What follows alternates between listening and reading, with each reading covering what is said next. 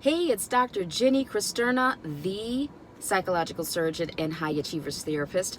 And I wanted to just take a few minutes while I'm in the car and it is fresh on my mind to answer a question that a lot of people ask me when they've been in a relationship, whether it is a marriage or they're dating or engaged, whatever. And that is, why do people cheat?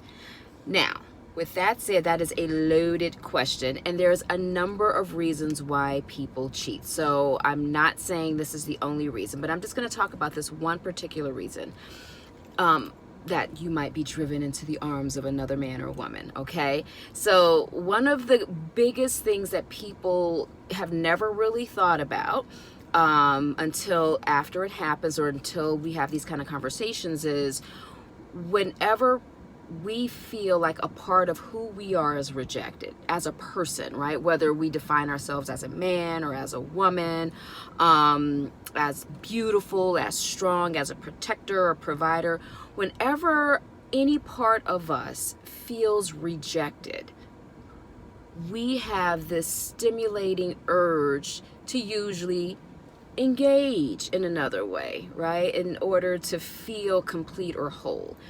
That's because our second chakra, which is where the fight or flight, the desire, the sexual desire is, along with other things, that's where that's located. And it also is the parasympathetic nervous system is between the first and second chakra.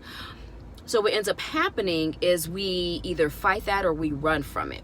And then we might end up making choices that aren't necessarily the best choices for us to make, right? And that is something to think about. So if you notice every time you feel slighted or feel rejected or feel like somebody's put you down or whatever the case may be, start to really think about whether or not that's a pattern for you, whether or not if you tend to cheat in your relationships, if it's during or right after you felt rejected or you felt unappreciated or you felt sidelined or belittled, and that's a way for you to get whole, to feel like a valuable person or human being, that somebody wants you or sees you or respects you. Because if it is, then it's something for you to look at. It's also something for you and your partner to look at as well, because your partner may not be aware that he or she is kind of poking and stirring that up, but wanted to put that out there and answer that question since I'm actually in the car and I remembered. So usually a rejection of a person's individual self in any way, shape, or form can lead to that fight or flight response and that sexual desire being stirred up, and that can lead them to have an affair. Doesn't mean that the other person's responsible. It just means that's just how it works, and it's something for you two to think about.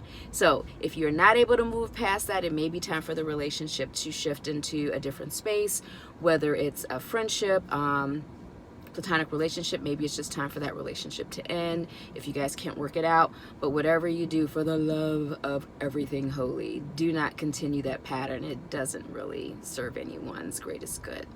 Hope this was helpful. Bye.